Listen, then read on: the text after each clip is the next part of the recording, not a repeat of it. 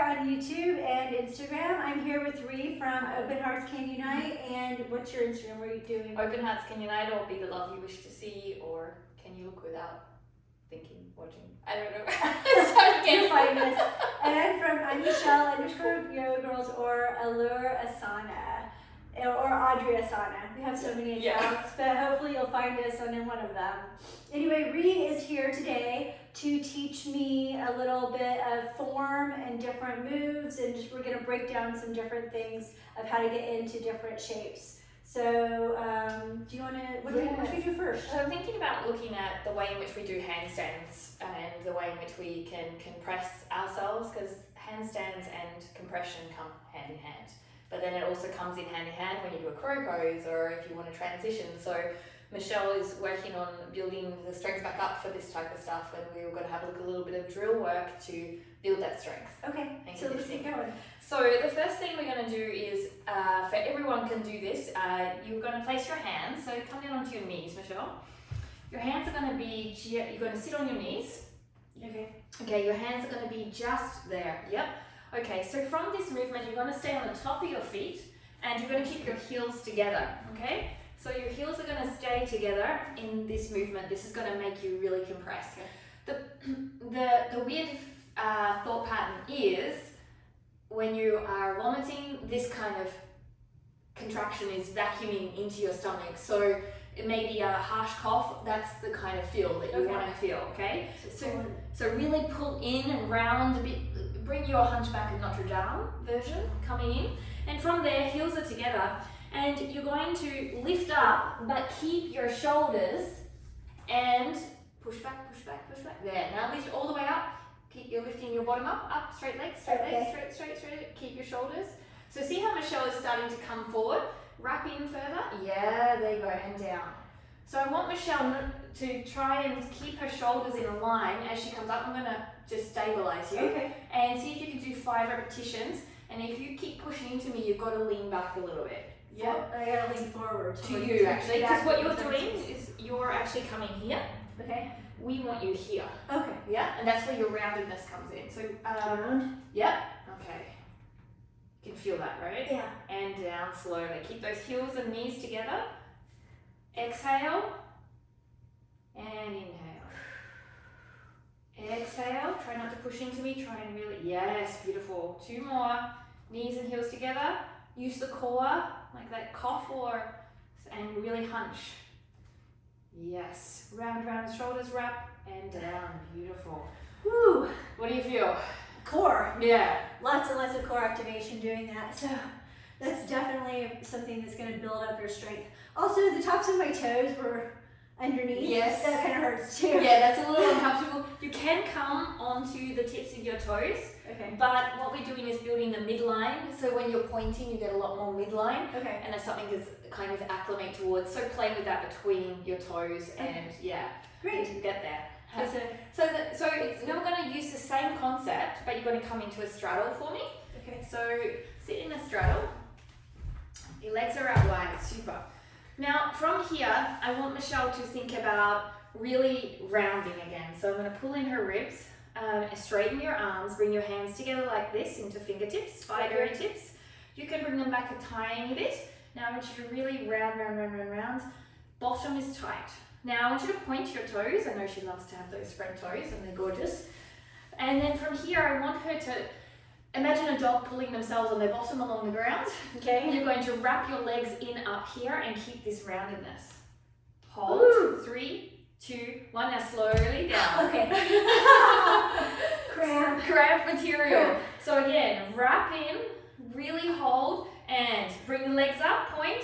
3, 2, 1. Try slow.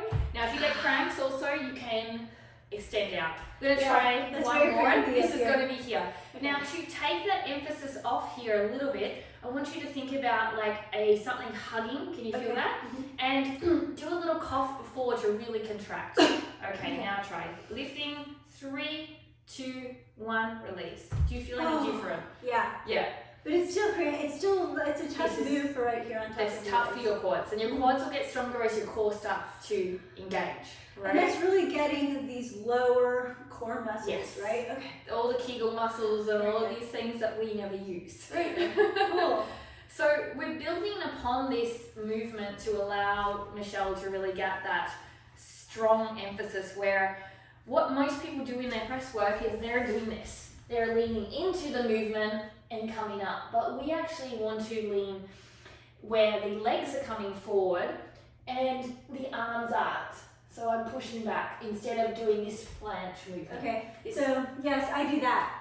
Second thing. Most people do the planche movement. Yeah, so because it's easier to get your hips up over, when you're forward in space, it's easier to, if your hips are over your arms more, it's easier to get your legs to come up exactly from that position. So that's why it's really like a strong emphasis that when we learn through yoga, we learn more of a planche position. But when we learn through, if you're learning through hand dancers and circus people, they will actually teach you a different technique. Okay. Bent arms are possible to have, but it's more about the shoulder articulation. Okay. So the shoulder has to push back, which is what Michelle finds hard. Right. So I'm going to ask her to come into a high plank for me. I'm going to have that rounded position. Okay, so you're going to have to bring that bottom down. Yeah. Now you're going to have to bring this up. Yeah. Head neutral. I'm going to ask you to hold. How's that feel? Good. Now I want you to wrap your lats in. Yes, but keep them round. That's beautiful. Do you feel the difference there? Mm-hmm. Okay. I want you to see if you can bring this knee to above or around the elbow without moving forward. I'm going to do this one. Yep. So people can see. Keep the bottom down, keep the bottom down. Yeah. Super lats. Beautiful. And slowly back. And I want you to try one on the other side if you've got it in you. Try to lean back a little bit this way. Yes. See how she's starting to go forward? Now do a little cough and feel the core contract and slowly back and then release down. Anytime you take these movements super slow like this, it builds so much strength. Exactly. And that's what our goal is in yoga and in aging. We want to keep these muscles fired up. We want to keep our body strong. Yes. That's what really helps us. I'm out of breath. I'm out of breath from one plate. That's not good. So it helps us age gracefully and age like keeping these muscles fired up. I think one of the things that what happens with aging is things switch off. Right. And so a lot of the time we switch off because it gets harder. But if we switch it back on with awareness, things don't get harder. They become compatible to using them in the essence of your age. Recovery might be slower. Things might not be as gung-ho, but you still have the activity in the body, which is what we all want. It's consistency. Yeah. It's like every day you need to do something to continually build up your strength and your endurance. And that is like Michelle said, you know, Michelle and I have been practicing for years and we may not have been practicing yoga our whole life, but because we've had a consistent movement practice, it all links in, right? Mm-hmm. And that's the aim of it, right? So with this movement, it is a lot of energy and a lot of tension, and so you also need to be mindful about actually opening up your shoulders and things like that. So just a quick release would be to come back with your hands behind you like this, and you're going to bend your elbows, squeeze your elbows together. You're going to open your chest but close your ribs. Okay. And then you're just going to slide forward a little bit, bend your elbows, and you're going to feel a nice stretch. Mm-hmm. Yeah. So it's just as important to create strength and flexibility. Mm-hmm. Otherwise there's the wonderful things called idiosyncrasies and injuries that come along. So just holding for another 10, 9, 8, squeeze those elbows, bend them a little bit. 5, 4, 3, 2, 1, and release. So Michelle we have really so many things that we can do with this. I'm actually going to utilize a slight bit of lat conversation. So the latissimus dorsi, which is that big triangle muscle where, you know, it makes you look like a fish when you're a swimmer, when you go up like this. Okay. This is going to be a very gentle exercise, but it's an exercise that we need because we need to understand how to do back bends, and back bends require the lats to come down, the chest to open, and the ribs to go back. Okay. So it's a very small movement where Michelle's going to come into a V position, and from that V position, you're going to lean onto your tiptoes and pull your shoulders back. You see that? And then come back up. And we're just going to fire up the lats a little bit. Okay, keep the ribs in, and you're pulling it back and in as you lean forward. And then come back off to your heels, beautiful. Then let's do it again. Firing in. Feel that? Mm-hmm. Pulling those lats right up and then back. And you can release the shoulders. Let's do 2 more. Back and in, and they come up towards the side and then back. And last one. Keep those arms nice and straight. Wrap, wrap, wrap. And release. Beautiful. How do you feel? Good. So this one is a nice and easy one.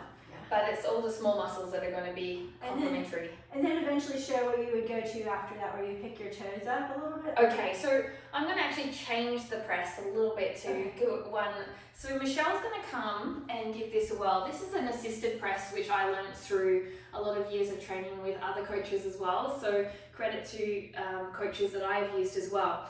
This allows you, if this is really hard, it will become easier because you have assistance, but it allows you to cheat in a way that's complementary to learn the conversation.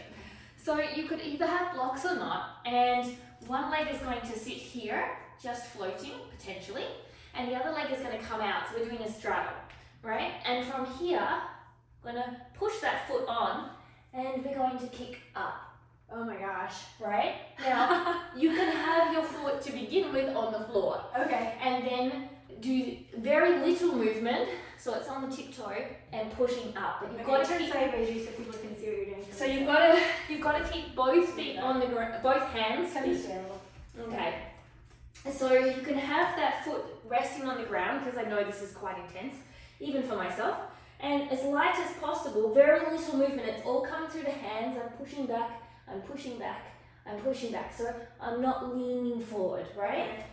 So Let's see how this goes. I'm going to assist Michelle in making sure she doesn't come forward. All right. Okay, hold on. Usually you can also use a block here, but Michelle doesn't have one at home. So what do we do? you're going to straighten your arms. You're going to have to straighten and push your shoulders back towards. Use as much pressure on your foot on the ground to use this core round, round, round, round. So you're actually going to use your foot on the ground to push your hips up and straighten your arms. Okay. And your shoulders are going to go back. So use this foot. So I'll give you one more. It's really super hard. This is a cheat press. This is very hard. And this is important to learn, and it's important to be hard because because Michelle's got a press that's great or handstands that are great, but long term it's going to cause injuries. Okay. Because you've got a lot of planche. So this foot is going to be very, very supportive. Okay. So this foot is going to be here, and I'm going to actually use this as my base. This one. Okay. So it's here. Michelle had her arms here. I want you to go here. Okay. Okay. And from here, I'm actually going to push my head back. I'm not coming forward. And I'm going to push, push, push. See how my foot's supporting? Push, push, push, push, push, push, push, push, push, push, push. Okay. And I'm in the alignment, exactly the same alignment as this. Okay. Right? But one leg is forward. Okay, so we'll try this again. It's straight arms. Straight arm. The knee comes to the outside. You don't have to rest on it. Yeah. Okay. And yes. And now you're going to use that foot to push your hips up and your shoulders back. Push, push, push, push, push. So one leg, one leg. Yes. Okay. Beautiful. So I'm going to keep the shoulders back and one more try. Yes. Feel that? Yeah. It's super different technique for very Michelle. different. It's very, very different. So the reason I wanted Michelle to feel this is because the scope of handstands when you have a different movement changes. So when you understand how hard it is to do the proper press, now when we do this toe tap, you're going to understand the muscles that you're using. Right. So I just want you to try one on the other side because I want Michelle to know what it feels like to do the press that we're looking to do for health reasons. So the shoulders are going to stay back, the hips are going to glide up through the, and there, yes. And push, next time one more, but I want you to push your shoulders back towards your knees at the end if you've got it in you.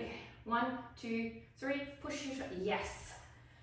So that gliding back at the shoulder is, so when people say when you do a press, your hips go up, but do you know why your hips go up? Because your shoulders go back and they roll up after it, right? So presses aren't actually hard. They're all like just a float. When you have the whole language connected, but usually what we have is like A, C, D, F, all C, right? Exactly. So now we're just getting Michelle to come back to A, B, C, but she's also learning a new language of handstands. Yeah, so definitely, because a lot of people are self-taught, which is great, which I am also very self-taught. I have learned from so many different teachers, but I also practice on my own, just playing around and trying to figure out how to do things. So anytime you get the opportunity to work with a new teacher, take it. It's like really important to like see different modes of operation. And I think the one thing about learning is it's not a one size fits all. So, you know, some people can do handstands before they can do deep back bends and maybe never do deep back bends, or some people can do the splits but they maybe never be able to do the straddle. So when you learn different conversations, you get to different points in your practice that you never thought you could as well. Like when you go to yoga classes and they all have the same patterning, how will you know what else you can do? Right? So it's wonderful just to take pieces, but then you have to add the consistent practice. Exactly.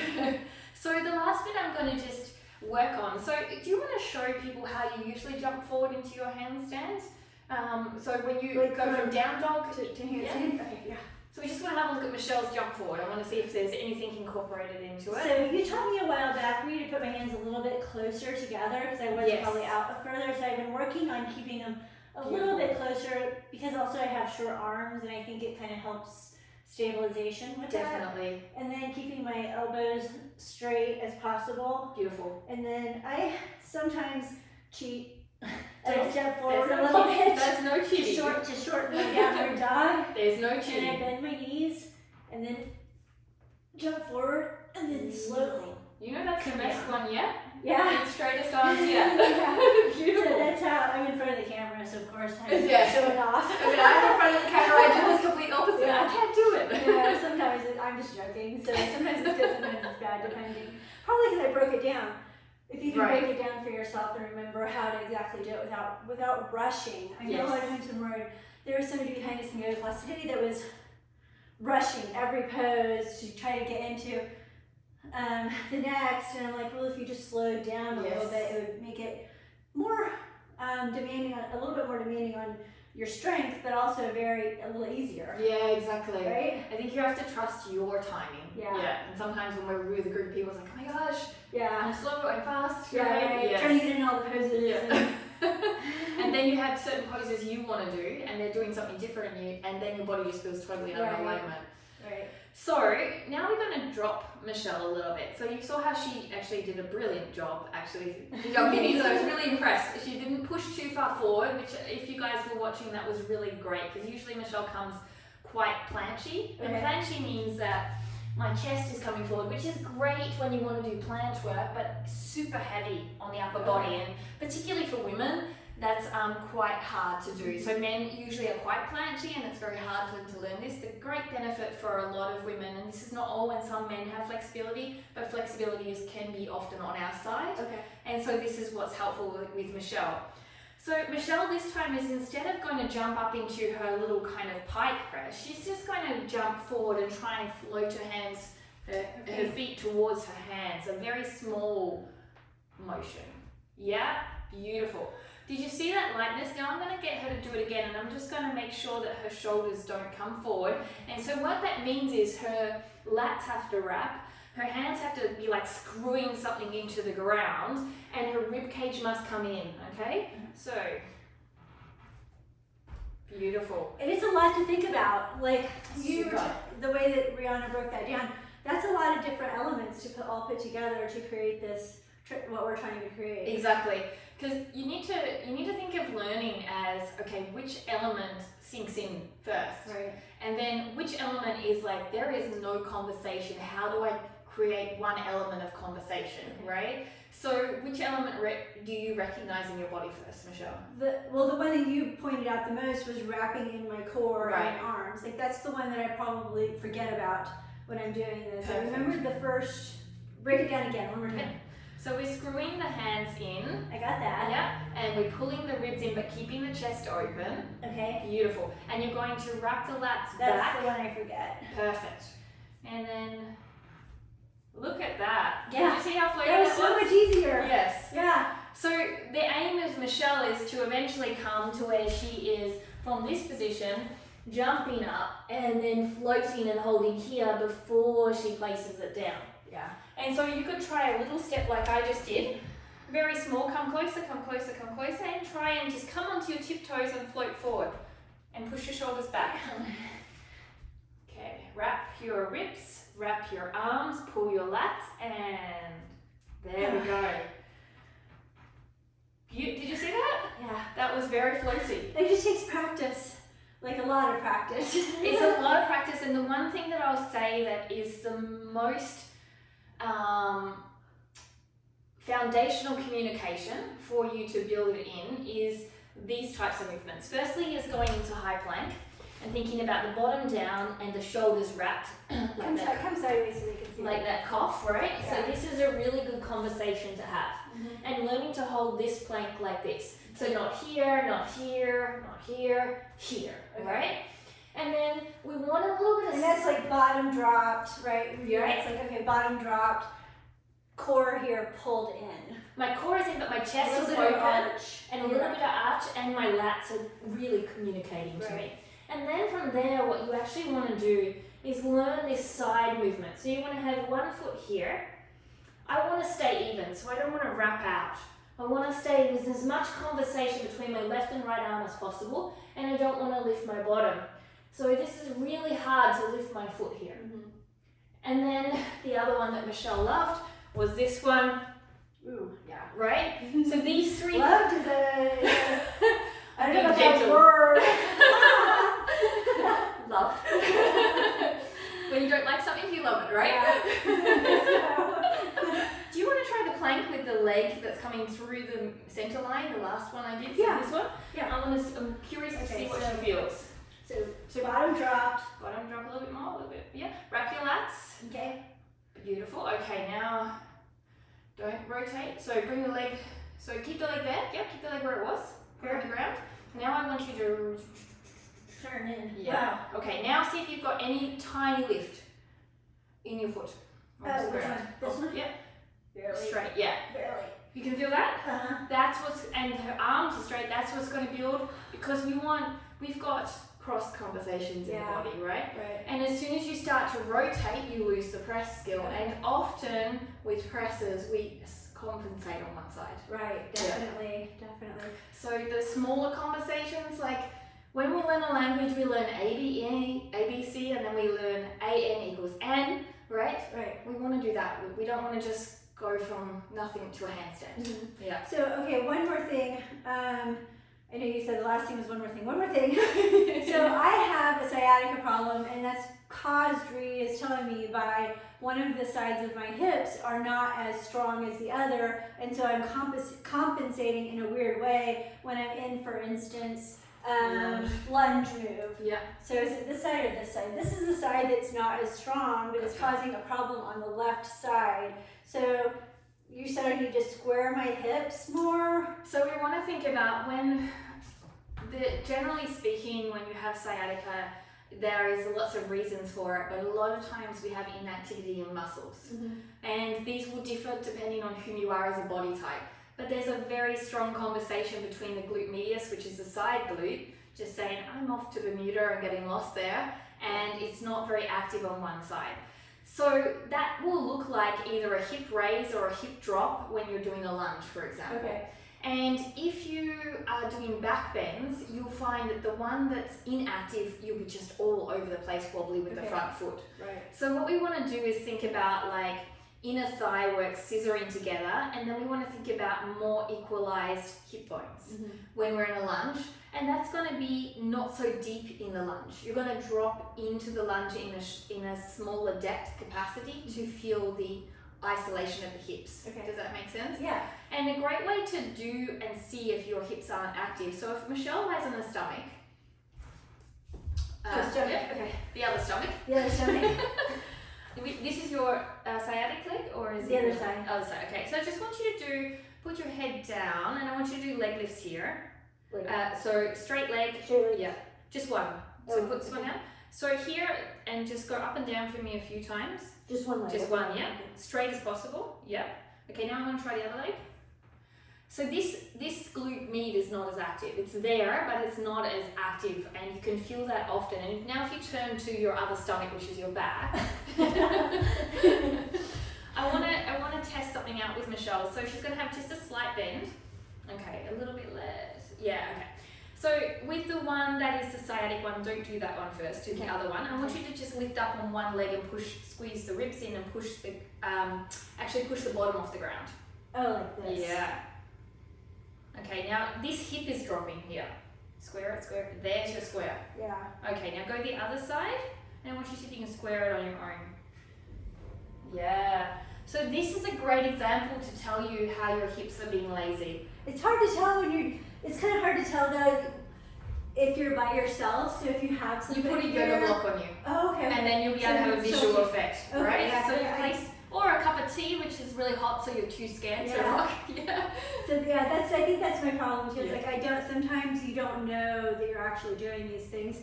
So it's good to like try to figure out how to have something that someone that helps you, sometimes a trainer or a teacher, or like you said, like a yoga block works perfectly too. I think a lot of the times with the body language is that we are we're so confident and we know what we're doing and we don't think.